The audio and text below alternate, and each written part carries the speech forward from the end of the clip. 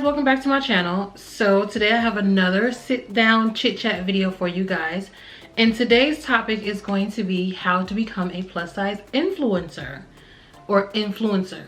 I always get mixed up with that word, like how to really say it. I say influencer or influencer. I don't know, whatever. It's influencer, but whatever, that's not the point. Anyway, so we're going to talk about, for those who care or have any questions or curious of how to become a plus size influencer. Over the years of being a part of the plus size community, I have had questions about, how did you get started with, whether it's modeling or starting your organization or being a plus size influencer on YouTube or, social media. And so I thought, why not just make a video about the steps that I took to create my platform. Now, no, I don't have this major platform yet.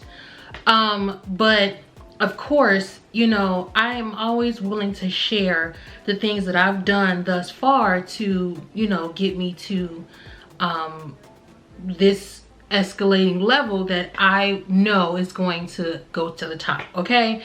And I think it's important because some people may not know the steps to take. Some people may not know where to start. Some people may not know what it takes. They just see, someone either loving their passion and having fun with it, and they're like, oh, I want to do that too, but not really know what it means to really do all of those things. So I just want to make a video to let you guys know what it takes, what we go through.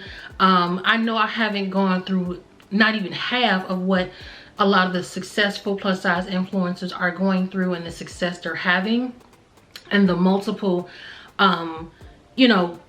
business that they have coming with working with other brands and stuff. But I know for a fact it's gonna come, okay? Just wait on it, all right?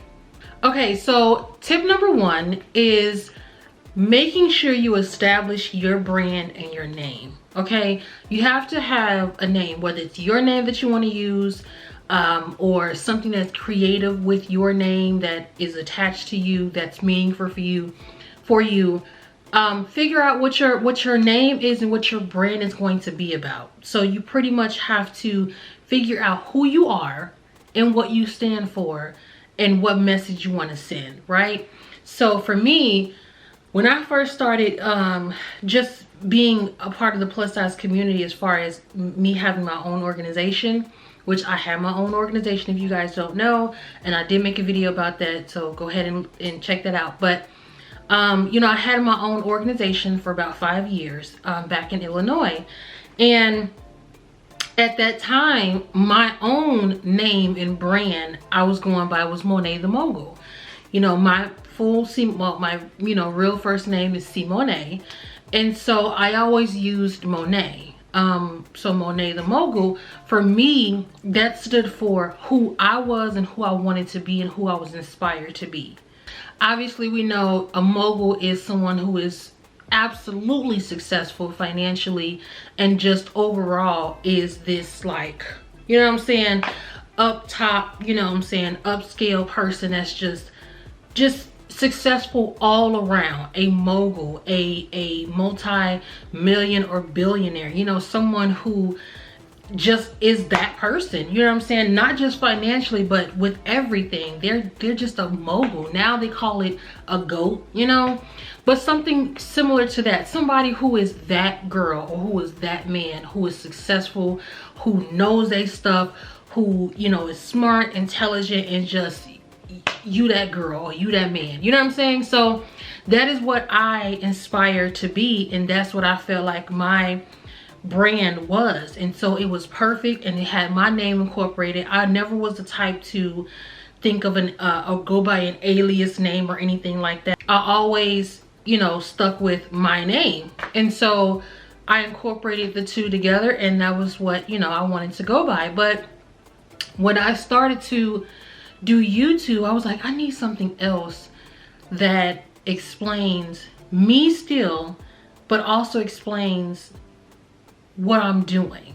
My niche is plus size influencing as far as clothes. That's my main, everything. There's other things that factor into being a plus size woman, but my main niche is showing you some ways to dress your body as a plus size woman. So I'm like, how can I incorporate that? How can I incorporate a fashion name within my name and still mean everything else, entrepreneurship, success, and all that? So what else can I do? What name could I have?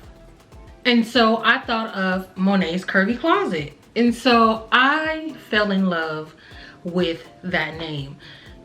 Each word, it describes me, right? Mone, obviously from my name, Simone. Curvy, I'm a curvaceous girl. And closet, I'm talking about clothes, and I'm talking about what's in my closet. And so it was just a perfect fit for me and what I'm, you know, putting out there, and for my brand. And it's just, I don't think I'm gonna ever change that name. It's just so fitting for me, unless I lose like all of this weight and become skinny, which I probably never in my life will. It's just, and not even just about your closet, but it's like, it also leads to like, what else is in there? You know, what else is it about you? What else can you bring to the table? What else do you have? What else do you do? What's in your, you know, overall, what's in there? What else you got, you know? So I just thought it was a really cool name. And, you know, I got it registered and all that good stuff, which I will talk about the business side of content creating on another video. But yeah, I loved it. And I think I changed my name.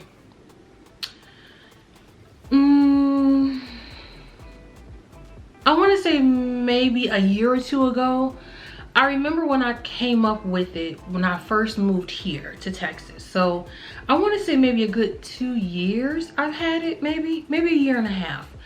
And so I changed all of my platforms. The only platform I have not changed it on is Facebook. And it's been I've been trying for ever since last year to change, because I have a like page, which, and we'll get to that different platforms in a second, but, or in a minute, but I have a like page on Facebook, and so I have 12,000 followers over there, which I didn't even know I had that many. But anyway, we'll get to that. And so usually you can change your name on there. You know, your like page is like your business page, or whatever you're creative at. It's a different, you know, other than your personal page or Facebook, if you have some type of creativity or business, you can create a different page. And so they call it, you know, your like page or whatever.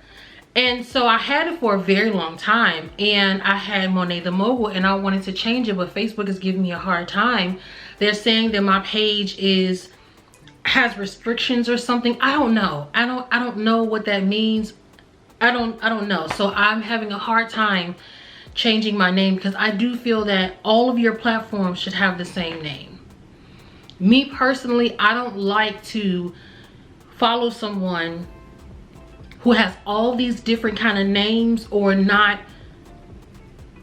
you know, cohesive with the same, you know what I'm saying? It's just like you Black Barbie over here, and then you Black Big Booty or over here. It's just like, okay, what, every name should be to the best of your ability. I know sometimes it's hard to have the same name, because another, like one of the platforms, someone else may have that name. Like I know with Instagram, you really have to be specific on how you write your name, because somebody else may have that same name, the same spelling, the same punctuation marks that you're putting in there to make it different. So sometimes it may be hard for you just to put your regular name as that, or on your platform as that name. But at least make it look and sound somewhat the same. You know what I'm saying? So anyway, finding your name, and a name that stands for you, that's going to really express what your brand is about. I should be able to know what your brand is going to be about based off your name. Unless you just want to use your name as just, you know, like, you know, clothing lines or whatever, they have Sean John or whatever. I know that's old, but you know what I'm saying? Like you just have a standalone name. Okay, cool. But specifically in the plus size influencing world, a lot of girls use, you know, curvy, the word curvy, or voluptuous, or curvilicious, whatever, that express themselves, but I'm able to know what your content is going to be about. So pick a name that is for you, that's fitting for you, that's comfortable for you, and that a person can tell, oh, I know what you're about to do.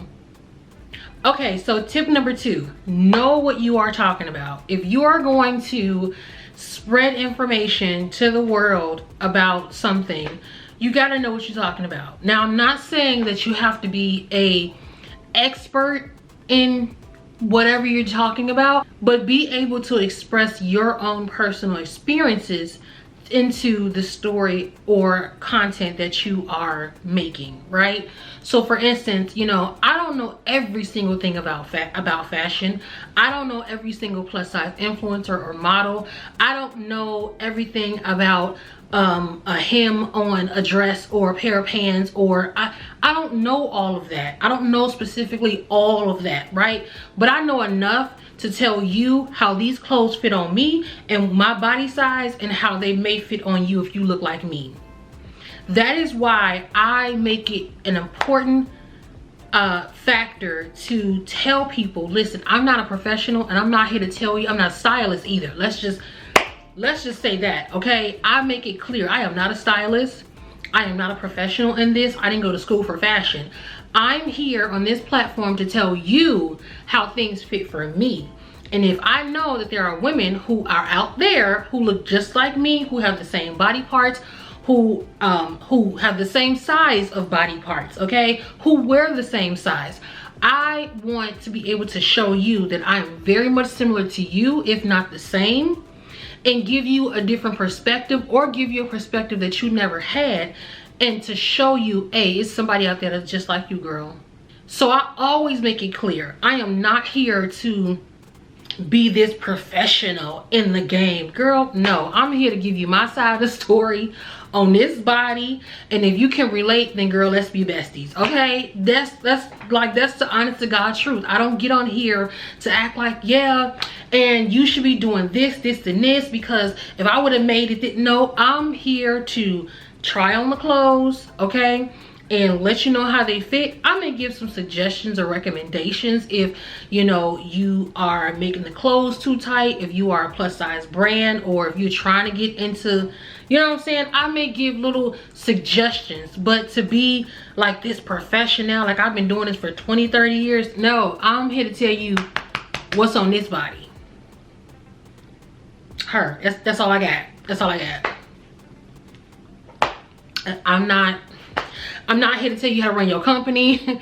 I'm not here to tell you how your seamstress should do this. I'm not here to tell you that.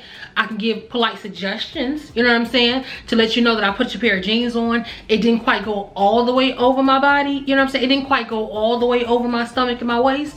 So if you can put a little bit of extra expandage there, you know what I'm saying, and then we'll be in business. But other than that, I ain't got nothing to tell you, okay? Listen, I'm just being honest. So make sure you know at least most of the information that you're talking about, but also what makes it better is you just talk about your personal experiences, right? That way you won't be labeled as, oh, you act like you knew this, and you act like you did this, and you said that you would. No, I didn't. I came on here and said what fit on me and my experience, right? And who knows your experience better than you? Nobody else. So just talk about and have the knowledge of you and your experience. Now, if you are a professional and you went to school for fashion and you had your own clothing line or whatever, then by all means, give us the details, give us the scoop, girl, give us the tea of what it really is. But I'm just saying that when you get on a platform like this, make sure you have knowledge and you know what you're talking about, and you're providing information to people that's helpful. I do not provide information, and I try my best not to provide information that I don't know about. You know what I'm saying? I don't try to talk or say things that I really don't know about. You know, I'm just talking about what I know, what I experience, what I have, and what I don't. Okay, step number 3. And this is also very, very important, okay? You have to have multiple platforms. You have to have as many platforms, or at least the most popping platforms. I don't have every single platform out there in the world. I really don't, because let's be honest, that's time consuming, having to upload, and we'll get to that. But you know, going down the line and having to upload to every single platform at a time, that's time consuming.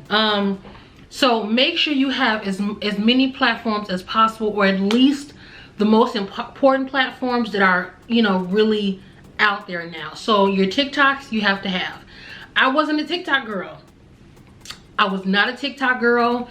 I'm like, listen, that's another platform for me to learn, and I ain't got time for all that. And to me, it was just people doing dances and being silly and whatever. But so I was just like, I'm not doing that. Like, that's, but the reason I got on TikTok was, remember that challenge where they had the lipstick, or they had like something and they would drop it, and you would do, it was a dance to it and everything, and they would drop it, the lipstick or whatever, to the next girl, and she would look a mess, and then all of a sudden she looked phenomenal, and they dropped to the, you know what I'm saying? Y'all remember that challenge? So that was back, and I want to say it was like 2 years ago, that challenge, and I really wanted to do it. I really wanted to do it so much that I went on TikTok. I didn't know nothing about TikTok, absolutely no editing. I barely even knew how to record, okay? And if I can show you guys, which I hope I can, if I can show you guys that video, my very first TikTok, I'm gonna show it to you guys on here.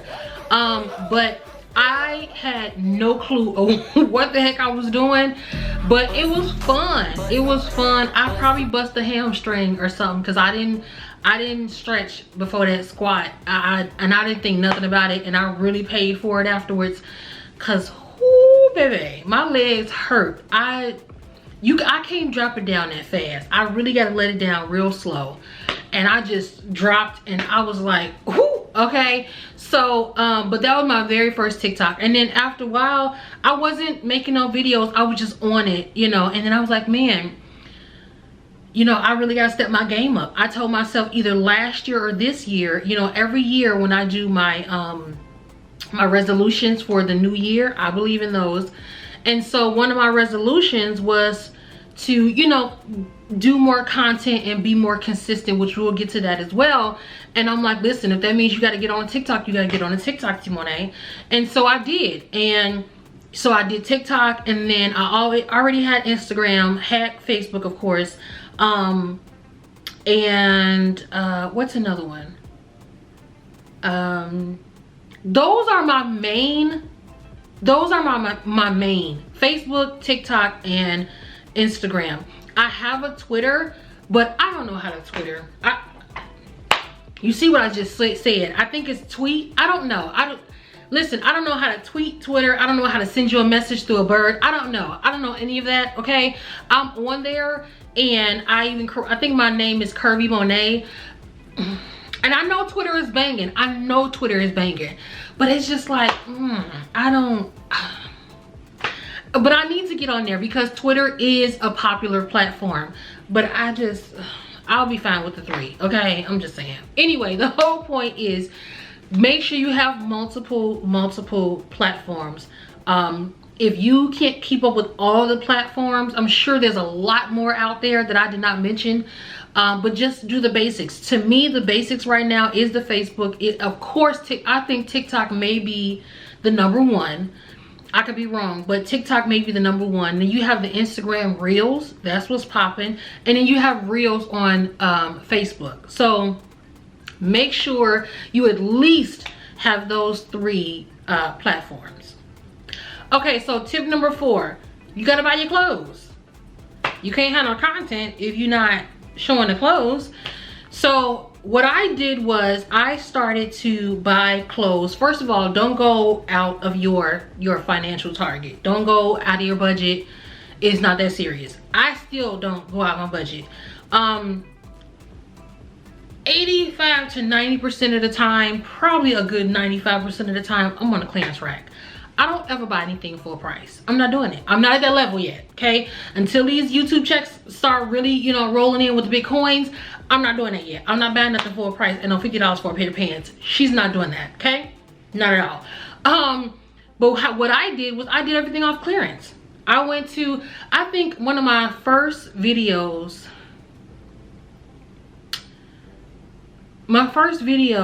was, I remember it. Oh my God, I watched it before. I watched it a couple times. I was so, okay guys, hey, so today, but I think my first haul I did Fashion Nova, because Fashion Nova was inexpensive. Fashion Nova Curve. I think I did, was it ASOS or ASOF? And I think I did something else. But they were all clearance. Of course, the Sheins are very inexpensive, okay? The Lovely Wholesales, I haven't done a video with them in a minute. Yeah. Anyway, I just started off on the Torrid, the Ashley Store, all that on the clearance rack. Seriously, buy what you can afford, and don't think that you have to buy all of these clothes. Buy whatever you can afford. Make the video however you can make it, okay? That also includes your background. If you go back and see my first videos, my background was a mess. Let me see, my first video I recorded like on the back of my, it was my son's door. I was in like I had like a little hallway, and it was, because I wanted my video to not look janky, like, ooh, she's struggling, but I knew I wasn't professional at it. I didn't have the lighting and all that stuff yet. So I did my best to just try to find a background that wasn't too like, ooh girl, that's ghetto. You know what I'm saying? So the only place that I can really record, and at that time my baby was a baby. My daughter, she was a baby. So I'll record while she's asleep and taking her naps. So I couldn't record in my room. My living room, it was a nice living room. Like I wasn't living, you know, like a mess or like crazy. But the background vibe wasn't giving me that. So at the time, the only thing that made sense was for me to record, you know, in front of my son's door. I had the door closed, of course, but anyway. So yeah, that was that. I recorded in front of the door, and it was so then I changed to getting a background, right? So I went on Amazon, and this is also what you're gonna have to do, is invest in your equipment, which I didn't put that on the list, but we're gonna talk about that as well. I went on Amazon and got a black backdrop, because I was like, okay, I don't want to do the door anymore. What if I just do a pure black, you know, backdrop? But then because it was so long, it was just, no, I think I did before I did that, I think I did a sit down video in front of like this sparkly type of background. It was a piece of fabric or something I had. I don't know where I got that from, but I was like, oh, okay, if I do like a close-up and all you can see is the sparkly background, that'd be cute. But then when I looked, the camera wasn't as close up, so you could see like the side. It was like sparkly here, but had all the side white walls. So it did not work out. It was still cool, right? You can go back and it wasn't like janky. It was still very much doable, right? But I see how far I've come. Of course, I'm still in my room. My room is not the ultimate, you know, recording place. I have a lot, you know what I'm saying, to work on, but just seeing that, it was just like, man, trip down memory lane. Anyway, so yeah, I recorded there, and I got the black backdrop. I went on Amazon. It had where you had the two pole. It was really big. Like, it was really big because you can stretch the poles out really, really long. It was like one of those photography background and poles that they use to take pictures. And so my living room wasn't that big to extend that. So I had the black backdrop, but then it just still didn't work. It just still didn't work out. So I say all that to say, number one, okay, buy your clothes, right? Get it on clearance if you have to. If you don't have that much money to work with, do what you can. Do what you can. I went into this, when I started becoming a plus size influencer on YouTube, I went into this and saying, listen, you're not gonna go over your means. You're gonna do what you can do, and you're gonna talk about what you know. That's it. If they love you for it, they love you for it. If they don't, then it is what it is. but I'm going to go into this as my most authentic self. I'm not going to be out here like I'm buying up these clothes and I'm buying up these expensive brands, and I know I'm going to be who Mone is. That's all I can be. I'm going to buy what I can afford in hopes that they like it and they appreciate it. And it was genuinely me, because even if I wasn't doing YouTube, I'm a clearance rack person. Over the years, people would ask me, oh, you know, where you buy that from? Or, oh, I like the way you dress. I'm a type of person that feels like it's not the outfit, it's how you made it look and how you dressed it. Okay, I can get an outfit that's $5.99, a dress that's $5.99 from Rainbow. But how I dressed it, you would have never been able to tell. Or how I dressed it really cute and it looked bomb, because I have a sense of style for me, you know? So don't buy all these clothes and don't go crazy. Do what you can do. Do what, you know, buy what you can afford. Now, on the other side of that as well is equipment. Make sure that you invest in getting some equipment. My very first camera was $100. $100. My very first camera. I didn't want to do the phone. I never had an iPhone, number one. But I know a lot of people record off their phones. I didn't want to do that. I knew that I had a budget, but I also knew that I wanted my stuff I wanted to make sure that I was providing this, how should I say, I didn't want it to be janky, you know, and I keep saying that, but I didn't want it to look, of course I didn't want it to be janky or whatever, but I wanted to also make it look presentable, right? So I knew I didn't have all this money to buy all this equipment and $100 worth or whatever of equipment, but I also didn't want to use my phones. I didn't want to, you know, I didn't want to do that. I wanted to get in the habit of recording with a camera. So I went, I don't know if it was Amazon or not. I think it was Amazon. My camera was $100 and I liked it. You know, I liked it. I was appreciative of it. It wasn't the best quality at the time, but you know, well, it wasn't the best quality looking back, but at the time I loved it. You know what I'm saying? I loved it. So you will have to invest, you know, money into what you're doing. But if you don't have a lot, work with what you have. That's what's important. Work with whatever amount of money you have and just make it look presentable. Don't make it look like you have to be like these other people, okay? You will eventually escalate. The camera I have now, I love it. My Canon G7X, $500. I progressed, okay? And I'm gonna get another, you know, nicer camera. So it's about progression. Don't rush it. Just be you and take your time and just have fun and love what you're doing, okay? Okay, so for my next tip, I didn't lose count. I don't know if this is number 5, 6 or whatever, but my next tip is to post consistently and tag the brand, okay? So every time that I post, okay, post everywhere. Post all, that's why I say you have to have multiple platforms for you to be able to post everywhere. Because, and this is what, I think his name is Quay, which I'm sure TT, I'm sure you guys know who he is on social media. But I think he was the one that said, you never know what that person may or may not have as far as platforms. Not everybody, you would think, but not everybody has Facebook. Not everybody has a TikTok.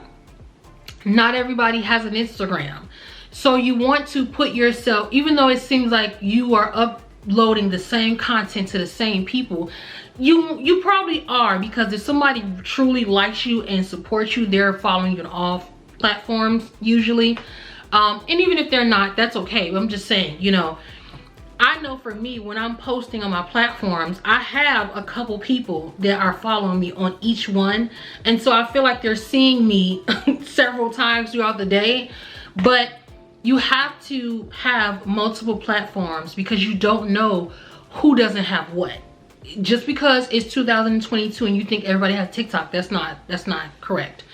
Or because you think everybody, I mean, you know, your mamas and your grandmamas have Facebook. No, not everybody, okay? The Instagrams, not everybody has Instagram. You know what I'm saying? So you have to have multiple platforms and post everywhere. Post on all of those platforms and tag the brand. I tag the mess out of my brands, okay? So you guys know, I always say I love Sarah Vargas. And so this is a tip that she also said as well. She said the way you can get a brand's attention is by tagging them in everything that you do. And of course, a lot of these brands, they get so many tags. So you don't know if you're gonna be picked. You don't know if you're gonna be seen, but still tag them.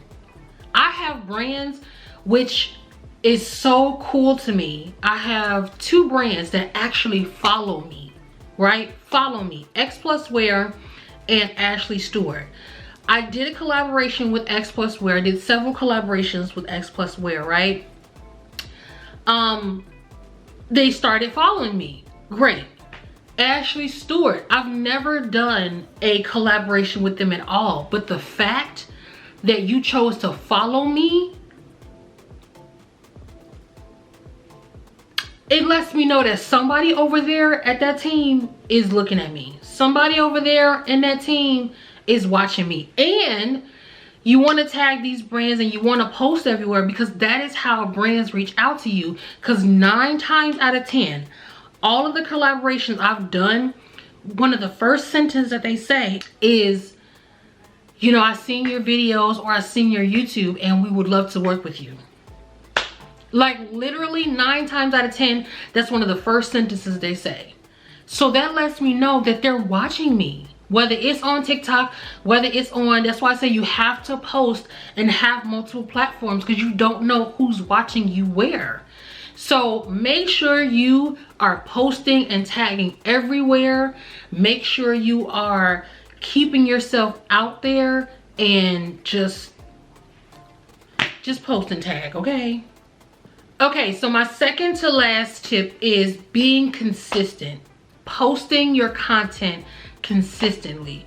Now for me, I struggle with this a little bit, only because I know that on my channel, this channel here specifically, I'm posting something every week, unless like when I was sick and I had COVID or whatever, I didn't have anything for that week or so or a couple weeks. But majority of the time, I want to say a good 80% of the time, I'm having some type of content on this channel every week, right? Now, my personal goal is to upload consistently multiple videos with throughout the week, right?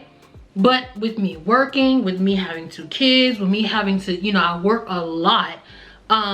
It's not a lot of space and time to record and do all that and upload, you know, so I have to really fit all that into my schedule or record multiple videos, as I'm doing right now. Like, you guys don't know that, but today is Friday. Friday is my normal recording day, but sometimes I have to record 3 videos at a time, which I'm doing today. I'm recording 3 sit-down videos. So what you're watching right now, after this, I'm gonna record another video. So this is the second video out of 3 that I'm doing today. But not only I'm recording, right? I'm doing reels. I'm doing TikToks all in one day, because that's the only day that I really have to dedicate to doing that stuff.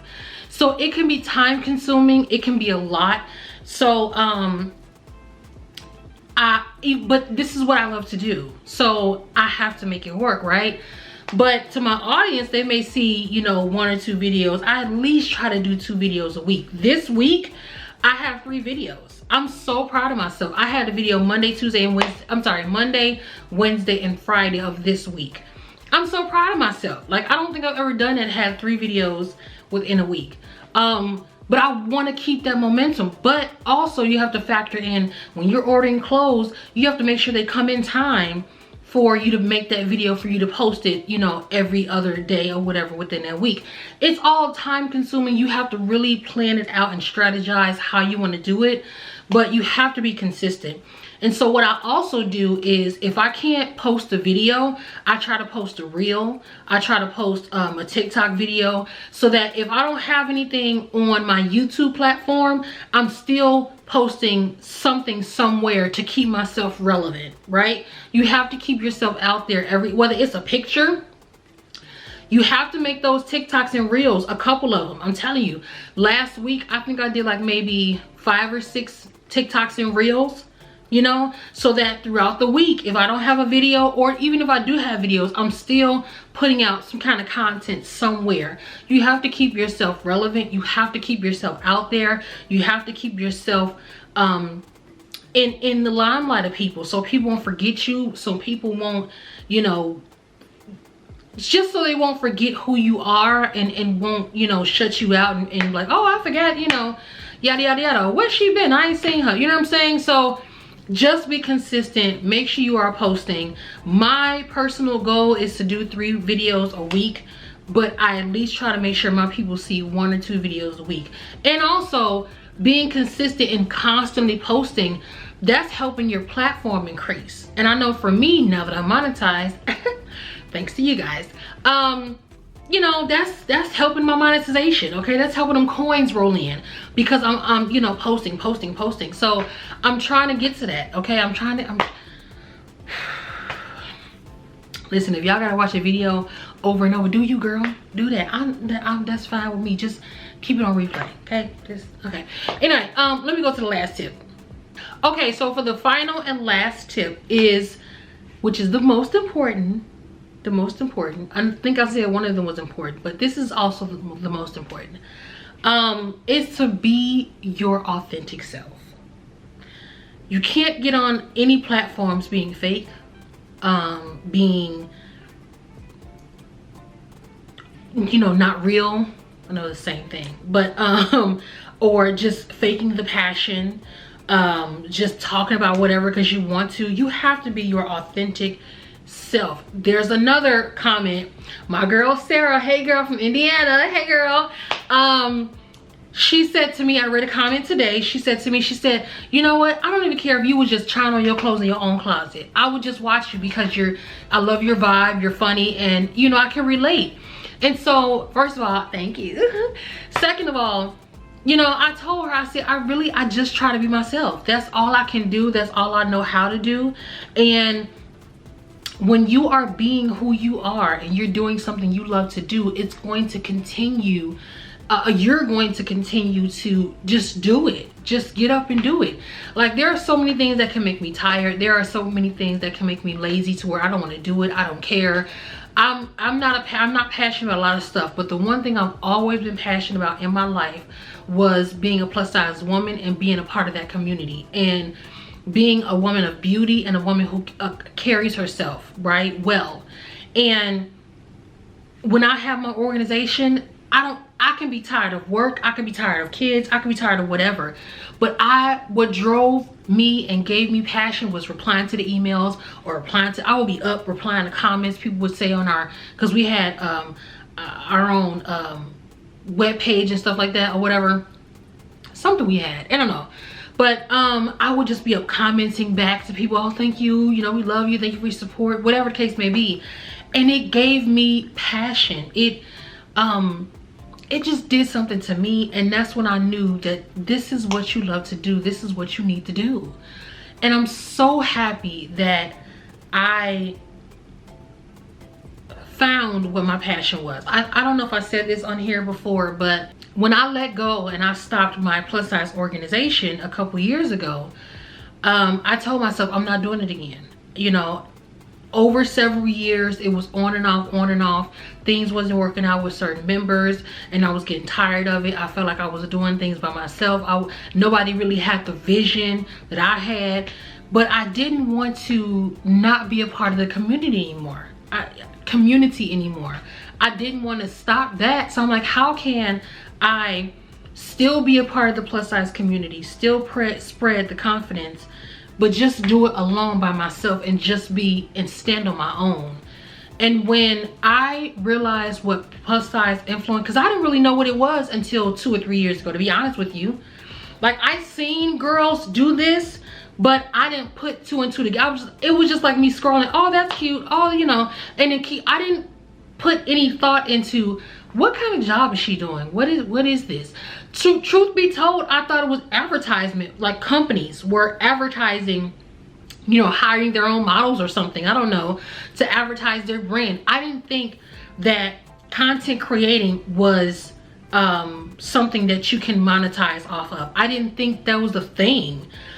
Pictures, I thought people just taking pictures to, you know, post on a social media. I didn't know it was for ads and for they were working with a company. I didn't know that kind of stuff.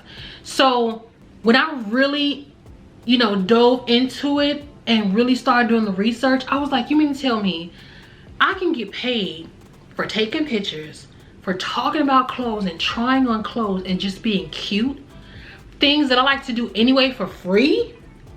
I can get paid for it? What?